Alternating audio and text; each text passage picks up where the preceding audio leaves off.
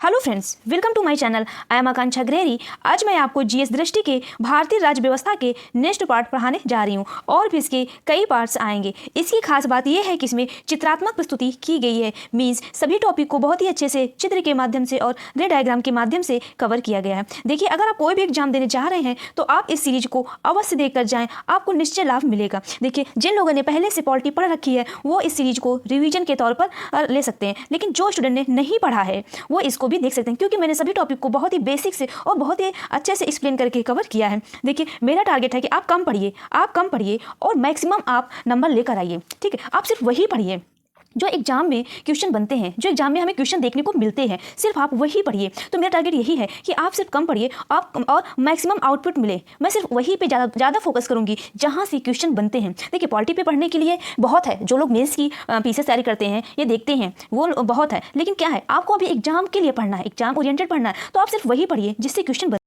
तो मेरा यही टारगेट है कि आपको एग्जाम ओरिएंटेड पढ़ाना, सिर्फ एग्जाम ओरिएंटेड पढ़ाना। ठीक है, देखिए, अगर मेरे लेक्चर की आपको स्पीड कम या ज़्यादा लगे तो आप अपने मोबाइल से कम या ज़्यादा कर सकते हैं, और पूरा लेक्चर देखने के बाद आप जरूर फीडबैक शेयर करिएगा। अगर आप मेरे चैनल में नए हैं तो मेरे चैनल को लाइक करिएगा, सब्सक्राइब करिएगा और शेयर करिएगा। ओके, आइए स्टार्ट करते हैं हम अपने लेक्चर से।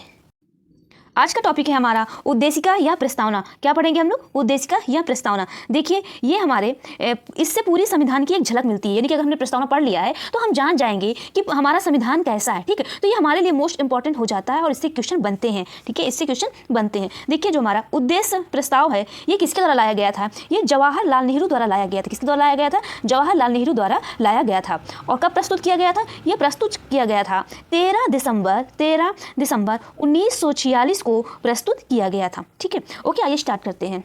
देखिए, उद्देशिका या प्रस्तावना संवैधानिक संरचना के ढांचे एवं दर्शन की अभिव्यक्ति है जिसकी झलक पूरे भारतीय संविधान में दिखती है। ठीक है, इसका उद्देश्य प्रस्ताव आप देखिए किसने प्रस्तुत किया है, तो आप देख रहे हैं इसकी जो प्रस्तुत करते हैं, अभी हमने क्या बताया है, जवाहरलाल नेहरू ने इसकी प्रस्तुत करता है। कब प्रस्तुत किया गया है? 13 दिसंबर 1946 को प्रस्तुत किया गया था। अंगीकार कब किया गया है? 22 जनवरी 1947 को अंगीकार किया गया। देखिए, ये डेट है, ये आप लोग याद रखिएगा, इससे क्वेश्चन बनते हैं। ठीक है, ओके, अब हम देखेंगे उद्देशिका या प्रस्तावना, या इसको बोलते हैं प्रियम्बल। ठीक है, इसमें हम देखते हैं न्याय कितने प्रकार के हैं। अभी हम देखिए क्वेश्चन बन जाते हैं कि न्याय कितने हैं, स्वतंत्रता कितने हैं, समता कितने प्रकार के हैं। ठीक है, और बंधुता क्या है। देखिए, न्याय आप देख रहे हैं, न्याय 3 है। कौन कौन से न्याय है? एग्जाम में पिछली बार बना हुआ है। कौन कौन से न्याय है? एक सामाजिक न्याय है, एक आर्थिक न्याय है, एक राजनीतिक न्याय है। एक बार और रिपीट करिए, कौन कौन से न्याय है? एक सामाजिक, एक आर्थिक, एक राजनीतिक। स्वतंत्रता कौन कौन सी? एक विचार स्वतंत्रता, एक अभिव्यक्ति स्वतंत्रता, एक विश्वास स्वतंत्रता, धर्म और उपासना स्वतंत्रता। ये 5 प्रकार की स्वतंत्रता है। ठीक है, क्या है? विचार, अभिव्यक्ति, विश्वास, धर्म और उपासना, ये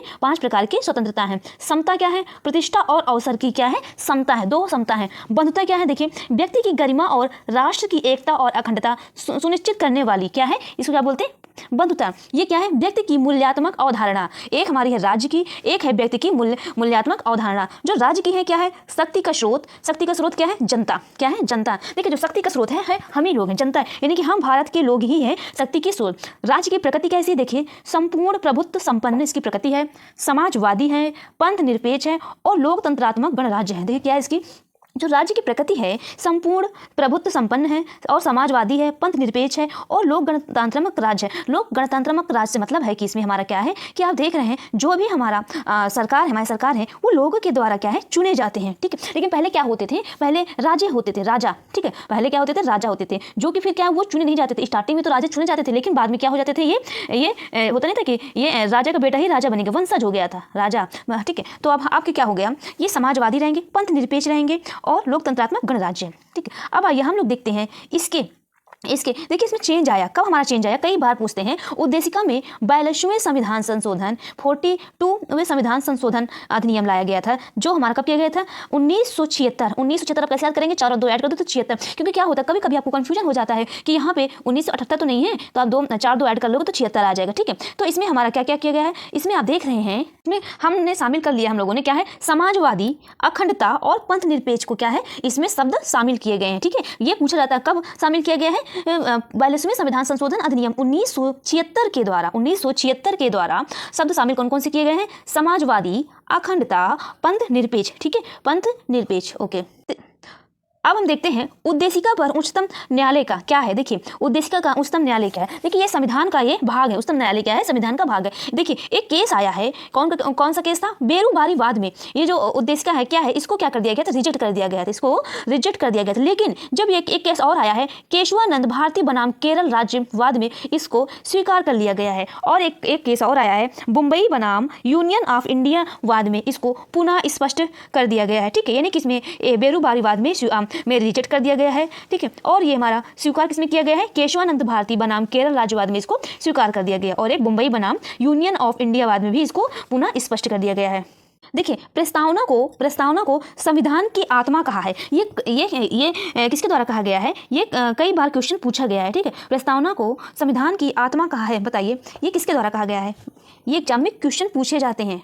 तो किसने कहा है, पंडित ठाकुर दास भार्गव ने। किसने कहा था, प्रस्तावना को संविधान की आत्मा, यानी कि अगर पूछा जाए संविधान की आत्मा कौन है, तो आप क्या बताएंगे, प्रस्तावना है। ये किसने कहा है, पंडित ठाकुर दास भार्गव ने ये कहा है। ठीक है, याद रखिएगा। अब आइए हम लोग ना देखते हैं। देखिए इसका आप जान लिए ना कि उद्देशिका पर उच्चतम न्यायालय स्वीकार कब किया गया था, क्वेश्चन पूछा गया है, केशवानंद भारती बनाम केरल राज्य में इसको स्वीकार कर लिया गया था। ठीक है, याद रखिए। अब देखिए कुछ परीक्षा उपयोगी कुछ प्रश्न है, आइए देखते हैं। उद्देशिका को राजनीतिक जनपत्री कहा है, किसके द्वारा कहा गया है। देखिए कथन से, ये किसका कथन है, क्वेश्चन बनते हैं। ठीक है, तो उद्देशिका को राजनीतिक जन्मपत्री कहा है के.एम. मुंशी ने। Doctor B R. अम्बेडकर ने संविधान की आत्मा किस अनुच्छेद को कहा है, तो संवैधानिक उपचारों के अधिकार को, यानी कि आर्टिकल 32 को क्या कहा है, संविधान की आत्मा किसने कहा है, डॉक्टर बी.आर. अम्बेडकर ने। देखिए इससे भी क्वेश्चन बनता है। अगर आपसे ये जोर देकर पूछा जाए कि डॉक्टर बी.आर. अम्बेडकर ने संविधान की आत्मा किस आर्टिकल को कहा या किसको कहा, तो आप क्या बताएंगे, संवैधानिक उपचारों के अधिकार को क्या कहा है, संविधान की आत्मा कहा। अगर पूछते हैं क्वेश्चन कि संविधान की आत्मा किसको कहते हैं, तो प्रस्तावना को संविधान की आत्मा कहते हैं। ठीक है, ओके, समझ गया दोनों प्रश्नों में। अब देखिए प्रस्तावना को संविधान की कुंजी कहा है, किसने कहा है, सर अर्नेस्ट वारकर ने। किसने कहा है, प्रस्तावना को संविधान की कुंजी किसने कहा है, सर अर्नेस्ट वारकर ने। अब देखिए प्रस्तावना को संविधान की आत्मा कहा है, किसने कहा है, पंडित ठाकुर दास भार्गव ने।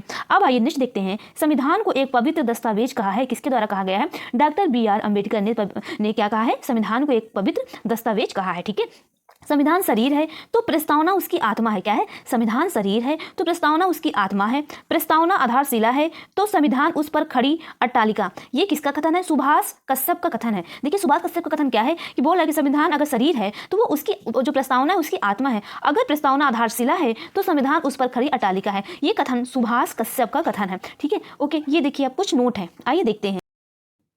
ओके, देखते हैं नोट। देखिए प्रस्तावना ना तो विधायिका की शक्ति का स्रोत है और ना ही उसकी शक्तियों पर प्रतिबंध लगाने वाला है। क्या है, प्रस्तावना ना तो विधायिका की शक्ति का स्रोत है और ना ही उसकी शक्तियों पर प्रतिबंध लगाने वाला है। यह गैर न्यायिक है, अर्थात इसकी व्यवस्थाओं पर न्यायालयों में चुनौती नहीं दी जा सकती है। कहने का मतलब है कि इसकी जो व्यवस्था है उसकी जो चुनौती है हम लोग न्यायालय में नहीं कर सकते हैं। ठीक है, यह एक गैर न्यायिक है, गैर न्यायिक है। इससे क्वेश्चन पूछा गया है कि क्या है, इसकी जो व्यवस्था है इसको न्यायालय में चुनौती नहीं दी जा सकती है। ठीक है, ओके। देखिए प्रस्तावना और क्या है, ये ना तो विधायिका की शक्ति का स्रोत है और ना ही उसकी शक्तियों पर प्रतिबंध लगाने वाला कोई स्रोत है। आप समझ रहे हैं, ठीक है, ओके।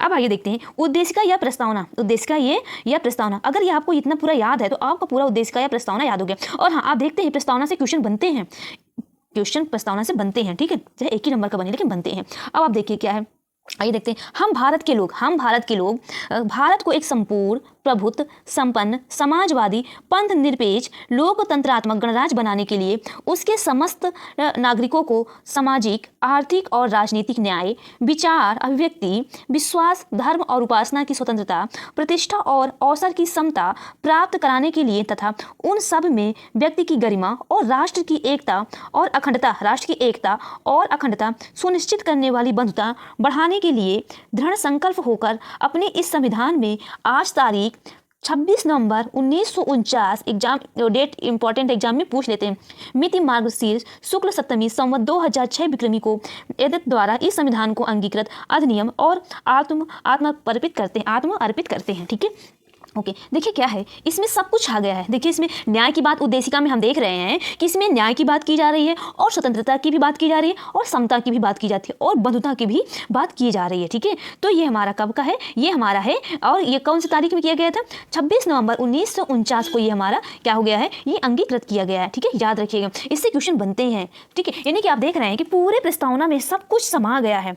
ठीक है, जो हमने स्टार्टिंग बोला था कि ये जो हमारा उद्देशिका है या प्रस्तावना है, ये पूरे संविधान में इसकी एक झलक मिलती है। कहने का मतलब है कि अगर हम बात करें तो पूरे संविधान की एक ही समरी है। ठीक है, ओके देखिए अब आइए हम देखते हैं अनुसूचियां एवं उनके विषय। अनुसूचियां एवं उनके विषय, देखिए आपको बस उतना ही पढ़ना है जितने एग्जाम में पूछते, एग्जाम में ये पूछ लिया जाता है कि 42वें संविधान संशोधन अधिनियम 1976 में कौन कौन से शब्द शामिल किए गए थे और कुछ कथन पूछ लिए जाते हैं और कौन कौन से, कभी तो आपको नंबर भी पूछ लेते हैं कि न्याय कितने प्रकार के होते हैं, उपासना और समता। ठीक है, ये आपको ध्यान में रखने होंगे। ठीक है, ओके आइए हम देखते हैं अब हम अनुसूचियां एवं उनके विषय। देखिए अनुसूचियों से क्वेश्चन बनते, एक नंबर के क्वेश्चन बन जाते हैं। कभी कभी आपको दे दिया जाएगा कि बताइए इनमें से कौन सी अनुसूची कौन सी अनुसूची का विषय ये नहीं है। ठीक है, या तो आपको ऐसे क्वेश्चन दे दिए जाएंगे या तो आपको मिलान के लिए क्वेश्चन पूछ लिया जाता है। देखिए बहुत ही इजी है, बहुत ही ये इजी है। आप इसको 2 से 3 बार देख लीजिएगा और हाँ हो सके तो आप कुछ ट्रिक के माध्यम से आप इसको देख सकते हैं। क्योंकि क्या होता है, जो चीज़ थोड़ा कंफ्यूजिंग होता है उसको हम किसी वैसे अगर एक बार पढ़ लेते हैं तो हमेशा हमारे माइंड में बना रहता है। आप हर चीज़ ट्रिक में नहीं पढ़ सकते, लेकिन कुछ चीज़ें हैं जिनको याद की जा सकती है। ठीक है, ओके आइए स्टार्ट करते हैं।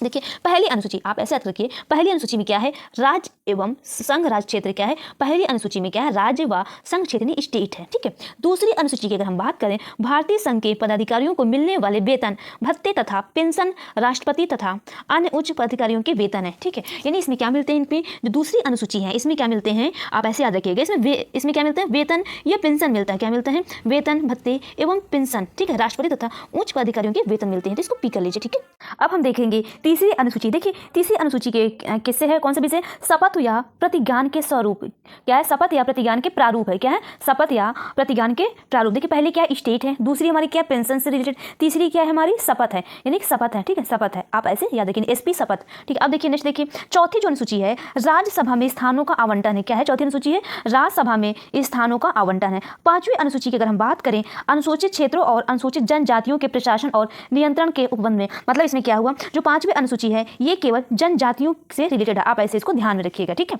देखिए पूरा मत देखिए कि पूरा आप याद करें, नहीं, केवल आप एक एक वर्ड उठाइए, एक एक उसका पॉइंट उठाइए, जो आप सिर्फ आपको देखते ही क्या हो जाएगा, वो माइंड में आ जाएगा। ठीक है, अब देखिए नेक्स्ट देखिए क्या है, जो छठी अनुसूची है उसमें क्या है, असम, मेघालय, त्रिपुरा और मिजोरम राज्यों के जनजातीय क्षेत्रों के प्रशासन के बारे में उपबंध है। क्या है इसके, असम, मेघालय, त्रिपुरा और मिजोरम, और क्या है, मिजोरम। ठीक है, असम है, मेघालय है, त्रिपुरा है और मिजोरम है। यानी कि इसको आप ऐसे देख सकते हैं, एटीएम स्क्वायर। ठीक है, क्या है, एटीएम स्क्वायर, आप लोग शायद जानते भी होंगे एटीएम स्क्वायर। यानी कि ए से क्या हो गया, असम, टी से त्रिपुरा, मे से मणिपुर, आप एम से मत लगा दीजिएगा, मणिपुर नहीं है, मेघालय और मिजोरम है। ठीक है, तो इसमें अनुसूचित क्षेत्रों के प्रशासन के बारे में उपबंध किया गया है। नेक्स्ट देखिए सातवीं अनुसूची।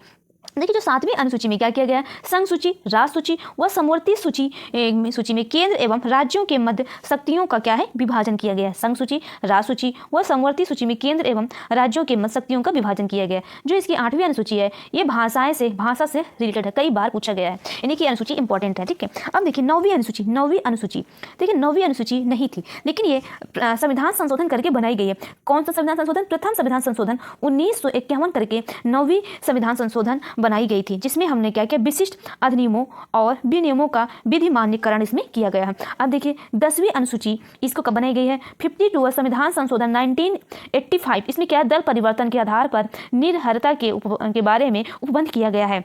मतलब कहने का मतलब है जो 10वीं अनुसूची है दल परिवर्तन से रिलेटेड है। वही अगर हम बात करें 11वीं अनुसूची और 12वीं अनुसूची, आप देखते हैं इससे क्वेश्चन बनते हैं। जो 11वीं अनुसूची है कब लाया गया है, 73 संविधान संशोधन करके 1992 में, ये सब इंपॉर्टेंट है, पंचायतों से संबंधित प्रावधान किया गया है। और वही अगर हम बात करें 74वां संविधान संशोधन 1992 दोनों आए थे, एक 73 एक 74, नगर पालिकाओं से संबंधित उपबंध किए गए थे। यानी कहने का मतलब है पहले हमारा ग्रामीण बना, यानी कि ग्रामीण में पंचायत बने, फिर हमारे शहरों में क्या बना, नगर पालिका बना। ठीक है, याद रखिएगा। तो 73वां किससे, 11वीं पंचायतों से, और 74वां किससे, नगर पालिकाओं से। 10वीं क्या है, दल परिवर्तन के आधार पर 10वां संशोधन किया गया था, कब है, 52 संविधान संशोधन 1985। 9वीं अनुसूची में क्या किया गया है, इसमें क्या है, विशिष्ट अधिनियमों और विनियमों का विधि मान्यकरण किया गया है। 8वीं अनुसूची भाषा है। 7वीं अनुसूची क्या है, इसमें सारे संघ है, जो संघ सूची, राज्य सूची, समवर्ती सूची के बारे में इसमें शक्ति का विभाजन किया गया है। वही अगर हम छठी की बात करें तो इसमें क्या है, जनजाति क्षेत्र है। इसमें क्या है, पांचवें में जनजाति के नियंत्रण के बारे में, प्रशासन के बारे में। इसमें कौन कौन से जनजाति क्षेत्र मैंने बताया था, ATM स्क्वायर आप याद रखिएगा, छठी अनुसूची में आते हैं। और चौथी में क्या है, राज्यसभा में स्थानों का आवंटन है, यानी चौथी है राज्यसभा से रिलेटेड। और तीसरी है शपथ या प्रतिज्ञान के अनुरूप। दूसरी है हमारी पेंशन है, आप पेंशन ऐसे याद रखिए। और पहली है हमारी राज्य व संघ राज्य क्षेत्र स्टेट है, पेंशन है, फिर हमारी शपथ है। देखिए मैं आपको कई बार इसलिए रिपीट करा दे रही हूँ ताकि आपको यहीं पर याद कर लीजिए, आप बात के लिए कुछ मत छोड़िए। चौथी हमारी क्या है, राज्यसभा है, राज्यसभा है। चौथी क्या है, राज्यसभा है। पांचवी क्या है हमारी, देखिए पांचवी क्या है, जनजाति है। पांचवी जो हमारी है जनजाति नियंत्रण और प्रशासन के बारे में। पांचवी हमारी, वो छठवीं कौन सी है हमारी, ATM स्क्वायर मतलब कि जनजाति क्षेत्रों के बारे में छठी है। और सातवीं कौन सी हमारी, संघ और राज्य सूची में इसकी शक्तियों का बंटवारा किया गया, संघ और राज्य सूची में बंटवारा किया गया। आठवीं हमारी भाषा यानी कि लैंग्वेज से रिलेटेड है। और नौवीं हमारी कौन सी है, हमारी विशिष्ट अधिनियम किया गया, इसमें ऐसा करिए। 10वीं हमारी दल बदल से है। 11वीं हमारी आप देख रहे हैं कि पंचायतों से है 11वीं। और 12वीं हमारी जो है हमारी नगर पालिका से है 12वीं, ऐसे ठीक है। बस आपको कुछ पॉइंट याद रखिएगा, ठीक है, याद रखिए। अब देखिए कुछ नोट है, आइए देखते हैं क्या नोट है। देखिए भारत के राष्ट्रपति के शपथ का प्रारूप, भारत के जो राष्ट्रपति के शपथ का प्रारूप अनुसूची 3 में नहीं है, क्योंकि अभी आपने देखा था कि अनुसूची 3 आपको दिखा दे रही हूँ कि अनुसूची 3 में क्या है प्रारूप, शपथ या प्रतिज्ञान के प्रारूप कि आप देख रहे हैं सब लोग शपथ लेंगे लेकिन राष्ट्रपति शपथ नहीं लेंगे, ये बात आप ध्यान रखिएगा, इससे क्वेश्चन बन सकते हैं, ठीक है। तो आप क्या है, जो भारत के राष्ट्रपति के शपथ का प्रारूप अनुसूची 3 में नहीं है, बल्कि ये कहा है अनुच्छेद 60 में निहित है, ठीक है। अब हम देखेंगे संघ सूची में 97 विषय हैं। ये पूछते हैं संघ सूची में कितने विषय हैं, तो 97 विषय हैं। और कितने विषय हैं, संघ सूची में 97 विषय हैं। वर्तमान में गणना की दृष्टि से 98 का उल्लेख है, लेकिन राज्य सूची में 66 विषय हैं। वर्तमान में कितनी है, 59 है। और समवर्ती सूची में कुल 47 विषय हैं। वर्तमान में गणना की दृष्टि से कुल 52 का उल्लेख है। कहने का मतलब आप ऐसे याद रखिएगा, आप सिर्फ ऐसे याद रखिएगा, संघ में कितना है 97, फिर हमारा किसमें आता है, राज्य में 66 है। और फिर आप देख रहे हैं समवर्ती, आप समझ रहे हैं कि संघ सूची में वो विषय बनाए जाते हैं जो हमारा क्या कौन बनाता है बताइए, जो हमारा सेंटर बनाता है, केंद्र बनाते हैं। लेकिन जो राज्य सूची में वो सब्जेक्ट रखे जाते हैं जो किसके द्वारा बनाए जाते हैं, राज्य के द्वारा बनाए जाते हैं। लेकिन समवर्ती सूची में कौन सब्जेक्ट बनाता है, दोनों मिलकर बनते हैं, दोनों मिलकर विषय बनाते हैं, ठीक है। तो 47 विषय हैं। देखिए मैं आपको अभी डिटेल में बता दूंगी कि किसको संघ सूची बोला जाता है और किसको राज्य सूची बोला जाता है और किसको समवर्ती सूची बोला जाता है। क्योंकि आप देख रहे हैं कुछ ऐसा भी हमारा आर्टिकल के द्वारा किया गया है कि राज्य सूची के विषय में भी हमारे क्या है, केंद्र द्वारा, सेंटर द्वारा या संसद द्वारा क्या है, इसमें विषय बनाए जा सकते हैं, ठीक है, ओके। और वर्तमान में कितने, वर्तमान में आप देख रहे हैं 98 हैं और 59 है और 52 है। आप ये दो डेटा याद रखिएगा। अब आइए हम देखते हैं नेक्स्ट क्या है, 8वीं अनुसूची में 22 भाषाओं का उल्लेख है। याद रखना, भाषाओं से क्वेश्चन बनते हैं। 8वीं अनुसूची में 22 भाषाओं का उल्लेख है। 14 भाषाएं मूल रूप से, पहले कितनी थी, 14 भाषाएं मूल रूप से थी, लेकिन 8 भाषाओं को संविधान संशोधन के माध्यम से जोड़ा गया है। जैसे 21वां संविधान संशोधन अधिनियम 1967 के तहत सिंधी भाषा को, और 71वां संविधान संशोधन अधिनियम 1992 के तहत कोंकणी, मणिपुर और नेपाली। यानी कहने का मतलब है कि 71वें संविधान संशोधन अधिनियम 1992 के तहत 3 भाषा जोड़े गए थे। कौन कौन से, कोंकणी, मणिपुरी और नेपाली। कौन कौन से हैं, KMN केमन, या ऐसे याद कर लो, MNK मणिपुर, वो मणिपुरी, नेपाली और कोंकणी भाषा को जोड़ा गया है। कब, 71वां संविधान संशोधन अधिनियम 1992 के तहत। वही अगर हम बात करें 92 संविधान संशोधन अधिनियम 2003 के तहत कौन सी भाषा जोड़ा गया है, बोडो, डोगरी, मैथिली और संथाली। याद रखिएगा, BDMS ऐसे याद कर लो, BDMS। 2-3 बार आप इनको पढ़ेंगे ना, 2-3 बार आप इसको पढ़ेंगे तो आपको चीज़ें धीरे धीरे रिकॉल होने लगेगी। लेकिन जिन लोगों ने पहले से पढ़ रखा है उन लोगों का रिवीजन हो गया होगा आसानी से, लेकिन जो लोग पहली बार पढ़ रहे हैं थोड़ा सा तो आपको एफर्ट लगाना पड़ेगा, थोड़ा सा 2-3 बार आप करिए। देखिए मैं ये सभी बोलती हूँ कि आप रिवीजन पे जरूर फोकस करिए। जैसे मान लीजिए मैंने पढ़ा दिया है लेक्चर, इसका फर्स्ट सेकंड भेज दिया है, पढ़ा दिया, तो आपको क्या करना है, आपको रिवाइज करना है। आप रिवाइज करते रहिए, क्योंकि जो चीज़ें आप रिवाइज नहीं करेंगे ना तो आपको कंफ्यूजन की वजह से एग्जाम में क्वेश्चन आपसे गलत हो सकते हैं, ठीक है, ओके। तो क्या है ये 92 संविधान संशोधन अधिनियम आया 2003 में। इसके अंतर्गत क्या क्या जोड़ा गया है, BD यानी बोडो, डोंगरी, BD डोंगरो, मैथिली, संथाली, BDMS ऐसे याद करके आप याद कर सकते हैं, ठीक है, ओके। अब आइए नेक्स्ट हम देखते हैं शासन प्रणाली। अब हम देखेंगे इसके शासन प्रणाली कैसी है, ठीक है। देखिए पहले कैसे होती थी और अब कैसी होती है, हम लोग सब यही देखेंगे। और हाँ, कुछ देशों में आज भी राजा होते हैं, ठीक है। देखिए जैसे क्या है, भूटान के क्या है, भूटान में है क्या है, ये अभी राजा का भी हमारे क्या है, यहाँ राजा हैं। सऊदी अरब में भी राजा हैं, ठीक है। आइए हम लोग देखते हैं शासन प्रणाली। प्राचीन रूप यानी कि पहले रूप कैसे था और आधुनिक रूप अब कैसे। देखिए आधुनिक रूप क्या, लोकतंत्र हो गया, यानी कि लोगों द्वारा ये सरकार चुनी जाती है तो लोकतंत्र हो गया। शासक प्रधानमंत्री या राष्ट्रपति होते हैं। हमारे कौन से शासक होते हैं आधुनिक रूप में? आप देख रहे हैं लोकतंत्र हो गया, लोकतंत्र शासक करते हैं, प्रधानमंत्री या राष्ट्रपति होते हैं। इनके जो योग्यता आधारित होते हैं ये किसके आधार पर होते हैं? एक होते हैं, देख रहे हैं आप, पद योग्यता आधारित होते हैं। एक होते हैं सत्ता का स्रोत जनता के हाथ में होता है। किसके होता है? जो सत्ता होता है उसका स्रोत किसके पास होता है? जनता द्वारा। यानी कहने का मतलब है कि जनता के द्वारा ही हमारे क्या है सरकार चुने जाते हैं। जैसे एग्जाम्पल आप देख सकते हैं संयुक्त राज्य अमेरिका, ब्रिटेन में प्रधानमंत्री सारे वो करते हैं, भारत, कनाडा, फ्रांस आदि देश में क्या है ये जो सत्ता का स्रोत है जनता है। ठीक है, जनता है। ठीक है, अब हम देखते हैं पहले कैसे होता था। देखिए पहले क्या था, प्राचीन रूप में कैसे था? राजतंत्र था। यहाँ पे राजाओं का क्या था, ये शासन चलता था। शासक कौन थे? राजा थे। यहाँ पे शासक कौन थे? प्रधानमंत्री या राष्ट्रपति, जो भी लोगों द्वारा चुने जाते थे। सत्ता का स्रोत कौन था? स्वयं राजा था। अब इसके जो पद थे अनुवांशिक थे। पद क्या है? अनुवांशिक थे। कौन कौन राजा है? सऊदी अरब, UAE, ओमान, कतर, भूटान आदि देश अभी भी क्या है सत्ता का स्रोत इसमें स्वयं राजा है। यहाँ भी राजा है। ठीक है, आप देख रहे हैं हम लोग ऐसे हैं। अब देखिए लोकतंत्रात्मक शासन प्रणाली के मुख्य रूप कौन कौन से हैं? एक आप मुख्य देख रहे हैं अध्यक्षीय है, दूसरा आप देख रहे हैं संसदीय है। अब आप देख रहे हैं कि अध्यक्षीय कहाँ है और संसदीय में क्या क्या है। देखिए अगर हम संसदीय की बात करें तो इसमें क्या है, राष्ट्राध्यक्ष राज्य का प्रमुख होता है। क्या होते हैं? जो राज्य का जो प्रमुख होता है कौन होता है? वो राष्ट्राध्यक्ष या राज्य का प्रमुख कौन होता है? राष्ट्रपति या राजा। ठीक है, अगर संसदीय है तो क्या है आप देख रहे हैं जो राज्य का प्रमुख कौन होगा? राष्ट्रपति या राजा होगा, आप देख रहे हैं। लेकिन जो राष्ट्रपति होगा वो राज्य का नाम मात्र का प्रमुख होगा, राज्य का नाम मात्र का प्रमुख होगा। क्योंकि जो शासन अध्यक्ष होगा वो शासन अध्यक्ष बोलो ये सरकार का प्रमुख बोलो वो कौन है? प्रधानमंत्री है। कौन है? अगर देखिए हम लोग क्या है, हम लोग का जो सारे कार्य करते हैं प्रधानमंत्री, लेकिन हाँ किसकी सलाह पर, किसकी परमिशन से? परमिशन किससे ली जाती है? परमिशन ली जाती है राष्ट्रपति से परमिशन ली जाती है, लेकिन सारे कार्य कौन करते हैं? प्रधानमंत्री करते हैं, याद रखना। तो जो प्रधानमंत्री होते हैं राज्य का वास्तविक प्रमुख होते हैं, याद रखिएगा। इसके सबसे उदाहरण कौन है? ब्रिटेन और भारत। कौन है? ब्रिटेन और भारत में क्या है ये पाए जाते हैं। ठीक है, आप देख रहे हैं कि जो हमारे राष्ट्रपति होते हैं वो एक नाम मात्र का प्रमुख होते हैं। देखिए जो स्टूडेंट नए होंगे उनको कितना सीखने को मिल रहा होगा कि अपने देश के बारे में जानने को मिल रहा होगा कि कैसी शासन व्यवस्था चलती है। ठीक है, तो कैसी है आप समझ गए कि जो शासन का अध्यक्ष कौन होता है? प्रधानमंत्री होता है, लेकिन जो राज्य का नाम प्रमुख कौन होता है? वो राष्ट्रपति होता है। आप ऐसे ध्यान रखिएगा। अब हम देखेंगे अध्यक्षीय, इसका जो हम देखेंगे राष्ट्राध्यक्ष या राज्य का प्रमुख जो होता है भी राष्ट्रपति होता है, और शासन अध्यक्ष या सरकार का जो प्रमुख होता है भी हमारे क्या होते हैं? राष्ट्रपति होते हैं। यही राज्य के वास्तविक प्रमुख होते हैं, यही राज्य के वास्तविक प्रमुख होते हैं। ठीक है, सबसे उदाहरण हम लोग देखेंगे कौन से हैं। आप देख रहे हैं अमेरिका में राष्ट्रपति आते हैं। अमेरिका में क्या आते हैं? राष्ट्रपति अमेरिका में आते हैं। ठीक है, आप लोग ध्यान रख लीजिए।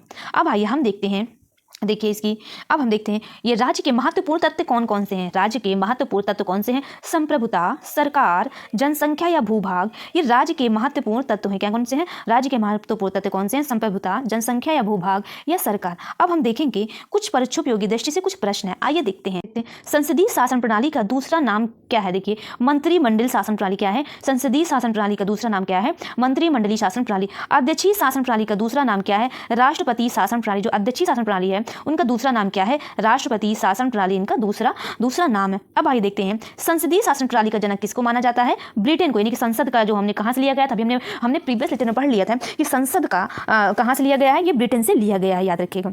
अभी देखिए भारत में सत्ता का एकमात्र स्रोत क्या है? जनता। यानी हमें क्या है जो भी सत्ता का एकमात्र स्रोत क्या है? जनता है। भारत एक गणतंत्र है। इसका आशय क्या है? यानी कि देश या राज्य का प्रमुख राष्ट्रपति निर्वाचित होता है। यानी कि क्या है? भारत एक गणतंत्र है। यानी गणतंत्र से आशय क्या है कि हमारे जो राज्य का जो प्रमुख राष्ट्रपति है वो निर्वाचित होता है। देखिए आप देख रहे हैं आप राष्ट्रपति का चुनाव नहीं होता, लेकिन क्या होता है राष्ट्रपति का चुनाव जो होता है वो चुने हुए लोगों द्वारा होते हैं, और वो जो चुने हुए लोग होते हैं उसको पहले आप ही चुनते हैं। मान लीजिए आपने कुछ लोगों को चुना, फिर वो किसको चुने हैं? वो राष्ट्रपति को चुने ही नहीं। तो इसका मतलब यही हुआ कि जो राष्ट्रपति हमारा हुआ वो भी क्या हुआ? उसका भी निर्वाचन हुआ। अब हम देखेंगे भारतीय संघवाद को सहकारी संघवाद कहा है। किसने कहा है? आप जी ऑस्टिन ने क्या कहा है? भारतीय संघवाद को सहकारी संघवाद किसने कहा है? जी ऑस्टिन ने कहा है। देखिए ये बार क्वेश्चन बना है, भारत को अर्धसंघात्मक राज्य कहा है। किसने कहा? केसी व्हीलर ने। देखिए आप मेरा लेक्चर देखने के बाद घटना चक्र पूर्वावलोकन जब सॉल्व करेंगे तब आपको खुद लगेगा कि आपने कितना पढ़ा है, और उससे आपको देखिए जितना मैं पढ़ा रही हूँ वो सब क्वेश्चन आपको देखने को मिल जाएंगे वहाँ पे। अब आइए हम लोग देखते हैं राष्ट्रीय प्रतीक के बारे में। देखिए जो राष्ट्रीय प्रतीक है भारत का राष्ट्रीय ध्वज तिरंगा, आप देख रहे हैं हमारा तिरंगा है। भारत का राजकीय चिन्ह क्या है? अशोक है। भारत का राजकीय चिन्ह अशोक का सिंह स्तंभ है। क्या राजकीय चिन्ह? अशोक का सिंह स्तंभ है, आप जानते होंगे। तथा राष्ट्रगान जन गण मन है। इतना तो आप छोटे बच्चों को भी पता होगा। ठीक है, अब आइए हम लोग देखते हैं कुछ तिरंगा के बारे में। इसके इसकी जो अभिकल्पना करता है वो कौन है? पिंगली वेंकैया है। कि ये पूछा गया है, जो राष्ट्रीय ध्वज या तिरंगा की अभिकल्पना करता कौन है? पिंगली वेंकैया है।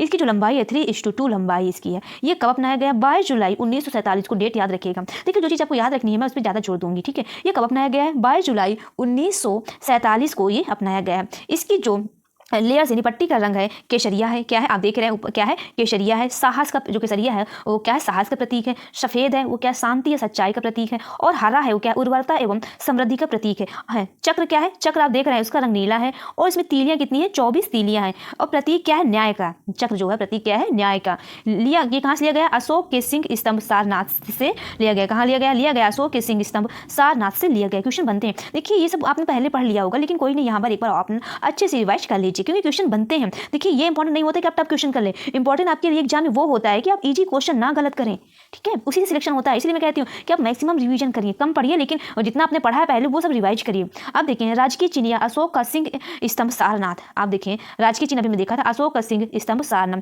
ये अंकित शब्द कहाँ हुए? सत्यमेव जयते। सत्यमेव जयते कहाँ से लिया गया है? पूछा गया मुंडकोपनिषद से लिया गया। कहाँ लिया गया है? मुंडकोपनिषद से लिया गया। याद रखिएगा, कहाँ से लिया गया है। थोड़ा सा क्या होते हैं, कोई थोड़ा सा वर्ड टफ होते हैं, इसलिए बोलने में थोड़ा सा डिफिकल्ट हो जाते हैं, लेकिन कोई नहीं, 2 से 3 बार आप इसको बोलिए तो याद हो जाएंगे, ठीक है।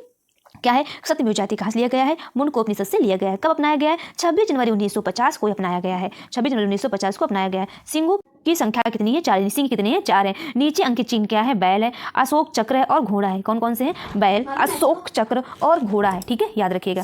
अब आइए, अब हम देखते हैं कुछ अपने राष्ट्रगान के बारे में, ठीक है। इससे क्वेश्चन बनेगा। देखिए, सबसे पहले क्वेश्चन बनता है कि राष्ट्रगान कब अपनाया गया? तो आप क्या बताएंगे? 24 जनवरी 1950 को राष्ट्रगान अपनाया गया था, आप याद रखिएगा। अब देखिए, इसका जो प्रथम गायन है कब किया गया था? 27 दिसंबर 1911 को भारतीय राष्ट्रीय कांग्रेस के कलकत्ता अधिवेशन में, यानी 1911 के कलकत्ता अधिवेशन में पहला गायन किया गया था। इसके जो रचयिता है कौन है? रविंद्रनाथ टैगोर। ये सब जो मैं बता रही हूँ मोस्ट इंपॉर्टेंट है। इसको जो कितना टाइम लगता है? 52 सेकंड इसका टाइम लगता है। अब आप देख रहे हैं, राष्ट्रगान के संक्षिप्त पाठ को गाने अथवा बजाने में लगभग 20 सेकंड का समय लगना चाहिए। कितना लगना चाहिए? राष्ट्रगान के संक्षिप्त पाठ को गाने अथवा बजाने में लगभग 20 सेकंड का समय लगना चाहिए। अब हम देखते हैं राष्ट्रीय गीत। राष्ट्रीय गीत, देखिए राष्ट्रीय गीत है ये वंदे मातरम। ये भी ये कहाँ से लिया गया है? आनंद मठ से लिया गया है। इसके जो रचयिता है बंकिम चंद्र चटर्जी, इसके रचयिता है। ये कब अपनाया गया है? और ये भी कब अपनाया गया? 24 जनवरी। यानी ये भी अपनाया कब गया? जब राष्ट्रगान अपनाया गया था, तब हमारा राष्ट्रीय गीत भी अपनाया गया था। 24 जनवरी 1950 में राष्ट्रीय गीत भी अपनाया गया था। इसका जो प्रथम गायन है कब किया गया था? 1896 में प्रथम गायन इसका किया गया था। अब आइए हम देखते हैं राष्ट्रीय दिवस या त्यौहार। आप देख रहे हैं, गणतंत्र दिवस कब मनाया जाता है? 26 जनवरी को गणतंत्र दिवस मनाए जाते हैं। स्वतंत्रता दिवस कब मनाए जाते हैं? 15 अगस्त को स्वतंत्रता दिवस। और गांधी जयंती है 2 अक्टूबर को मनाए जाते हैं। अब हम देखते हैं राष्ट्रीय पंचांग। देखिए, जो राष्ट्रीय पंचांग है जो आधारित है, ये शक संवत पर आधारित है। ये है ग्रेगोरियन कैलेंडर के साथ अपनाया गया है। ये कब अपनाया गया है? 22 मार्च 1957 को अपनाया गया है। इसका जो प्रथम माह है हमारा क्या है? चैत्र में। अंतिम माह क्या है? फाल्गुन में। आप ये सब याद न रखिए, बस इतना याद रखिए, ये राष्ट्रीय पंचांग हमारे शक संवत पर अपनाया गया है। कौन से? ग्रेगोरियन कैलेंडर के आधार पर। आप ध्यान रखना, तो प्रथम माह चैत्र आता है, अंतिम माह फाल्गुन आता है। अब हम देखते हैं कुछ अन्य राष्ट्रीय प्रतीक हैं। देखिए, आप देखिए, ये सब आपने बचपन में पढ़ रखा होगा, बट कोई नहीं। देखिए क्या होते हैं, बहुत चीज़ें भूल जाती हैं, इसीलिए आपके सब्जेक्ट में दिया गया है कि आप देखिए, पढ़िए। देखिए, जो हमारे राष्ट्रीय पशु हैं क्या है? बाघ है। राष्ट्रीय पक्षी मोर है। राष्ट्रीय पुष्प कमल है। राष्ट्रीय विरासत पशु कौन है? हाथी है। राष्ट्रीय जलीय जीव कौन है? गंगा डॉल्फिन, याद रखना, गंगा डॉल्फिन। राष्ट्रीय फल है आम है। राष्ट्रीय मुद्रा रुपया है। राष्ट्रीय वृक्ष क्या है? बरगद है, ठीक है, याद रखिएगा। अब हम देखेंगे, क्या देखेंगे? राष्ट्रीय गंगा। राष्ट्रीय नदी गंगा कब घोषित की गई है? वर्ष 2008 में घोषित की गई है। राष्ट्रीय नदी गंगा को घोषित किया गया है वर्ष 2008 में, यानी कि हमारी राष्ट्रीय नदी कौन है? तो गंगा है, ठीक है। कब घोषित की गई? 2008 में। अब हम देखेंगे क्षेत्रीय परिषद। देखिए, जो क्षेत्रीय परिषद है इसका आप देख रहे हैं मुख्यालय, उत्तरी क्षेत्रीय मुख्यालय इसका दिल्ली में। उत्तर मुख्यालय इसका कहाँ है? दिल्ली में। पूर्वी क्षेत्रीय परिषद कहाँ है? कोलकाता में। आप ऐसे ध्यान रखिए, उत्तर में कौन है? दिल्ली है। ईस्ट में कौन है? कोलकाता है। दक्षिण क्षेत्रीय परिषद मुख्यालय कहाँ है? चेन्नई में। फिर मध्य परिषद मुख्यालय कहाँ? प्रयागराज में है। फिर पश्चिम की ओर कहाँ है मुख्यालय इसका? मुंबई में। पश्चिम में यहाँ पे मुंबई है, यहाँ पे हमारा कोलकाता है, यहाँ पे दिल्ली है। मध्य में हमारा कौन सा है? प्रयागराज है। और दक्षिण में अगर बात करें तो चेन्नई इसका क्षेत्रीय परिषद है। अब आइए हम देखते हैं कुछ रियासत हैं जिनका बाद में भारत में विलय कर लिया गया था, जिसको आप देख रहे हैं कि जम्मू एंड कश्मीर को बहुत ही अभी कुछ सालों पहले ही हम लोगों ने विलय कर लिया गया। तो आइए देखते हैं हम लोग देखिए जो प्रमुख रियासत और भारत में विलय कब किया गया था, देखिए जो रियासत विलय तिथि है जम्मू और कश्मीर को 26 अक्टूबर 1947 को विलय पत्र द्वारा ये किया गया था। कब किया गया था? इसको विलय तो तभी कर लिया गया था, लेकिन पूर्ण रूप से ये हमारे 2019 में इसको क्या बना दिया गया है, केंद्र शासित प्रदेश बना दिया गया, यानी कि सारा भारत सरकार ने क्या कर लिया, सब कुछ अपने हाथ में ले लिया है। ठीक है, अब देखेंगे हैदराबाद 17 सितंबर, आप बस इतना याद रखिए, डेट इतना इंपॉर्टेंट नहीं है, आप बस इतना याद रखिए। हैदराबाद 1948 को पुलिस कार्यवाही द्वारा ऑपरेशन पोलो के द्वारा हैदराबाद को मिला लिया गया था। अब हम देखेंगे जूनागढ़ का विलय। देखिए जूनागढ़ का विलय जो किया गया था 1947 में भारत सरकार का नियंत्रण के द्वारा किया गया था। फिर 1948 में जनमत संग्रह कराई गई थी।